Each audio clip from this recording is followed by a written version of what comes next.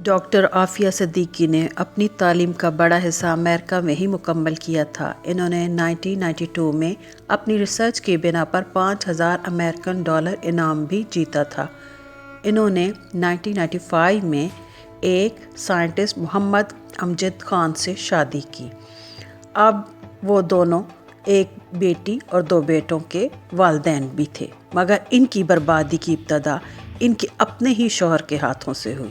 وہ CIA کا بہت بڑا مہرا ثابت ہوا اور کسی نہ کسی حد تک ڈاکٹر عافیہ کو اس حال میں پہنچانے میں اس کا بھی ہاتھ تھا۔ ان کے ہسبینڈ کے بیان کے مطابق امریکہ میں اپنے قیام کے دوران ڈاکٹر عافیہ اور محمد امجد خان نے کچھ پروٹیکٹیو ڈیوائس خریدی، جس کی وجہ سے ان دونوں سے امریکن اداروں کی طرف سے پوچھ گچھ کی گئی۔ انہیں لگا کہ اب امریکہ میں اسٹے کرنا ان کا مناسب نہیں اور انہوں نے پاکستان منتقل ہونے کا فیصلہ کیا اور اس طرح 2002 میں یہ پاکستان آ گئے۔ کہا جاتا ہے کہ ڈاکٹر عافیہ نے بائیو کیمسٹری پر کام کرتے ہوئے ایک شاندار ریسرچ تیار کی تھی۔ ان کی اسی ریسرچ کی وجہ سے بہت بڑے اور خطرناک ہتھیار تیار کیے جا سکتے تھے۔ امریکہ چاہتا تھا کہ ڈاکٹر عافیہ یہ ریسرچ امریکہ کو دے اور ان کے ساتھ اس ریسرچ پر آگے کام کو بڑھائے، مگر ڈاکٹر عافیہ نے یکدم پاکستان آنے کا فیصلہ کر لیا تھا۔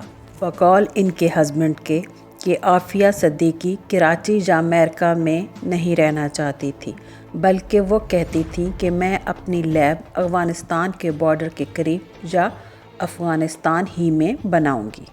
30 مارچ 2003 کو ڈاکٹر عافیہ صدیقی اپنے 3 بچوں سمیت راولپنڈی جانے کے لیے ٹیکسی میں سوار ہوتی ہیں، مگر راستے میں ہی غائب ہو جاتی ہیں۔ وہ کچھ دفعہ کے لیے پراسرار طور پر بار بار افغانستان بھی جاتی رہیں۔ ان پر الزام تھا کہ میری لینڈ میں انہوں نے ڈاک باکس کرائے پر وصول کیا تھا۔ وہ دراصل القاعدہ سے تعلق رکھنے والے ایک شخص کے لیے حاصل کیا گیا تھا۔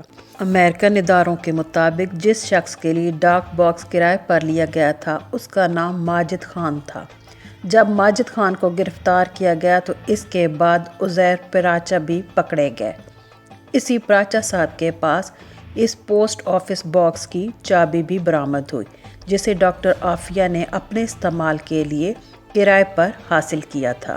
جنرل امجد شعیب کہتے ہیں کہ FBI کو ڈاکٹر عافیہ کے بارے میں زیادہ تر انفارمیشن ان کے اپنے ہی ہسبینڈ امجد خان کی طرف سے دی گئی تھی۔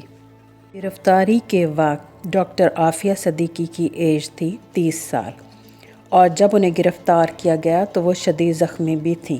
امریکن کا الزام تھا کہ انہوں نے امریکن پر حملہ کیا تھا، اس لیے دفاع میں گولی چلانا پڑی۔ افغانستان کی بگرام جیل عالمی اداروں کے خیال میں افغانستان میں ہی جو قیدی نمبر 650 تھا وہ شاید ڈاکٹر عافیہ صدیقی ہی تھیں۔ جب ذرائع ابلاغ میں شور برپا ہوا تو امریکہ کو بتانا پڑا کہ ڈاکٹر عافیہ صدیقی اس وقت کہاں ہیں۔ انہوں نے یہ بتایا کہ امریکہ میں ان کو شفٹ کر دیا گیا ہے۔